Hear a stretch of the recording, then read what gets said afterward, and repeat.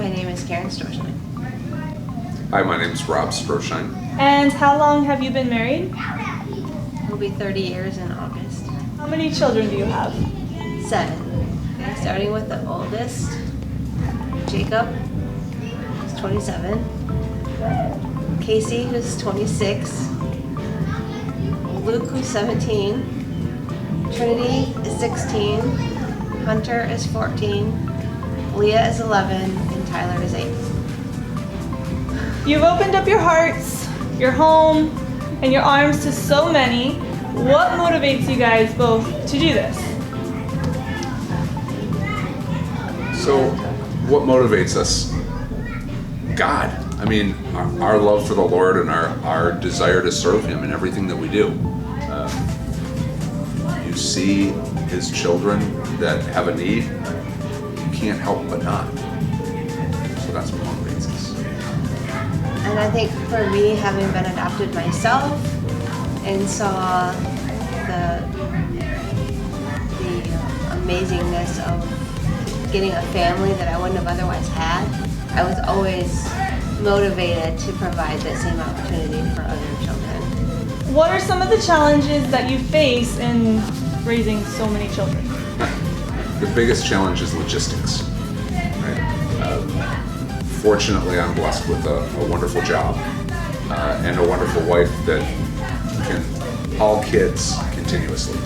She's sometimes on the road for 4 or 5 hours a day, just getting from one location to another, right? So the logistics, and then Every day. while we're traveling around, how do you keep them fed? Yes, that's definitely the biggest challenge, is making sure everybody gets where they need to be on time, and trying to give them every opportunity possible to be involved in as much things as they want to be, but trying to juggle that with everyone else's schedule sometimes is a challenge, and definitely getting them fed, because when we're out for 4 or 5 hours at a time, sometimes we're forced to eat out, and it gets very expensive. I think we try to take, when we can, time to spend time just as a couple. Date nights are few and far between, but we try to do them on occasion. And then at night, if the only time we have is like the 5 minutes before we fall asleep is out of pure exhaustion, then we at least try to have that conversation. But it is hard, and we don't always get it right. There are times when, I'll realize we haven't had a conversation in a week, right? It's a word in passing as we go, and every day we're trying to get better at that. We do recognize the importance, and when we are in tune with each other, when we're close, everything works. When we're not, it starts to fall apart. Can you give us an overview of what your daily life is at home? Start. So I start out about 5 o'clock in the morning, getting ready for work. I usually try to keep it pretty quiet in the morning. Trinity gets up, our 16-year-old, just a little bit after me. We both get ready. I take her to the bus stop, drop her off, and then I'm off to work. Usually hit the office about 6:15.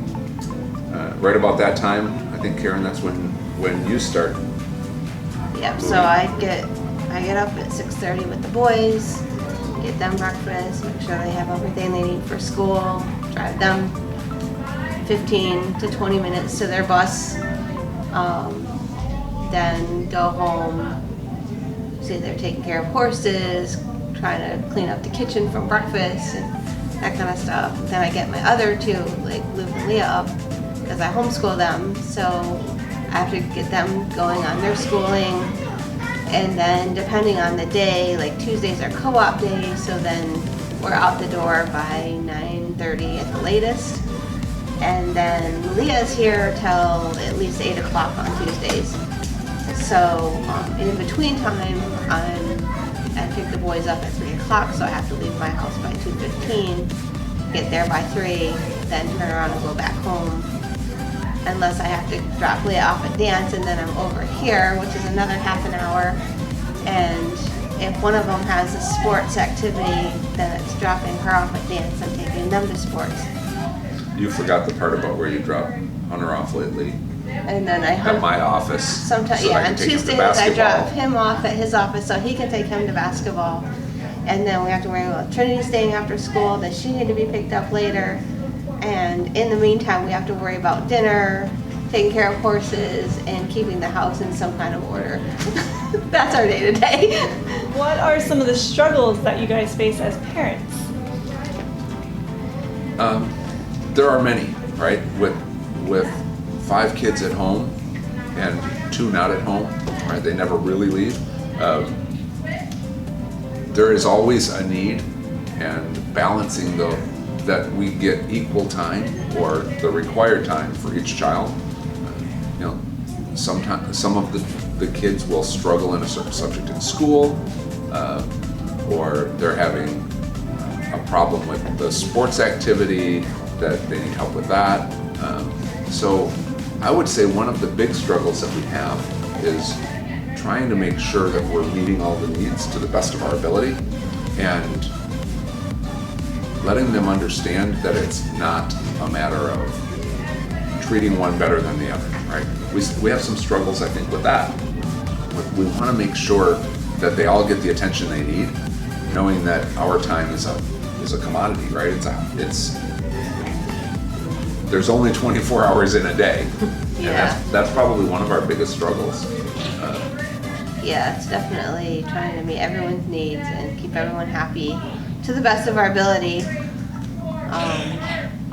And making sure that they all feel like they're getting the attention from us. And sometimes one demands it more on a particular day or week than the other ones, and then it's like, okay, I need to do something with them. So then we try to plan something special and take them to a water park, or take them to the park and just like throw a ball around or something, so that they're getting that time as well.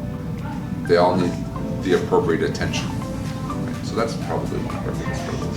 Yes, and sometimes it gets challenging when there's 3 science projects and 2 history projects all due in the same week, and none of them prepared ahead of time. And all of a sudden, Mom has to go out and get all of these poster boards and all of these. Yeah, we could say one of our biggest challenges Until, is when poster it's- boards. Yeah. Just Wow. keeping up with the school projects is also a challenge. I think the other thing, though, that if I could only give one piece of advice, it would be around, remember, they're always watching, right? It's true. To be the example What, for them. yeah, what you want them to become, you better be, right? Because they're watching and they're learning. I am adamant about being honest and having integrity, and they watch for that. I just pray that they pick that up and make that their own, right? That those values become their own. What would you like to tell your future selves? Breathe. Breathe. Take time to breathe. Like, it's gonna be okay. And just to enjoy this time, and not to let the stresses take away from just enjoying the moment. What do I want to tell my future self? To look around and see that it was worth it.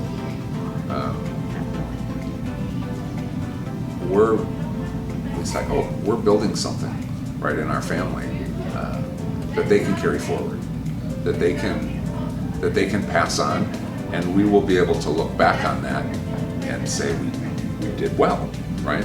I think that's what every parent wants. So why do you two bring your kids to the studio?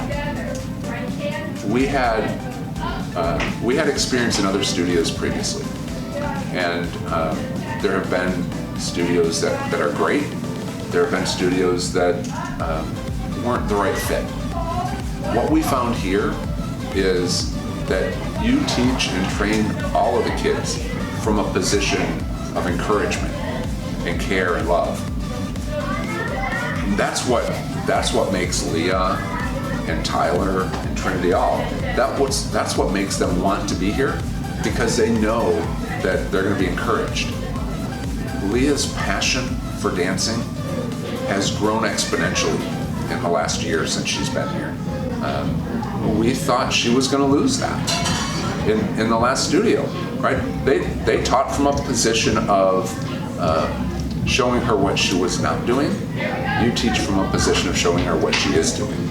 And that makes all the difference. And that, I think that encourages us, even in our lives with the other kids, right at home, to encourage them in what they are doing and what they can do, and not always picking on what they're doing wrong.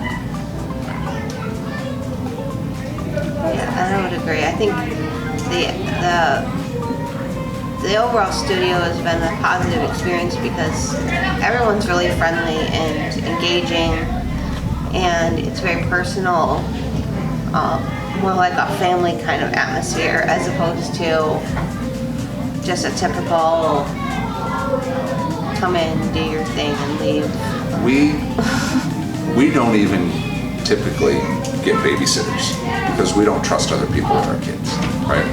We can bring our kids here and we know that they're safe and we know they're going to be encouraged and we know that they're going to be looked after, right?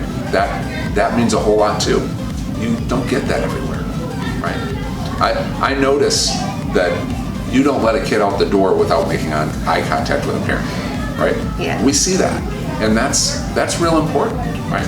These kids are everything to us. If we can't bring them to a safe place, we're not going to bring them, right?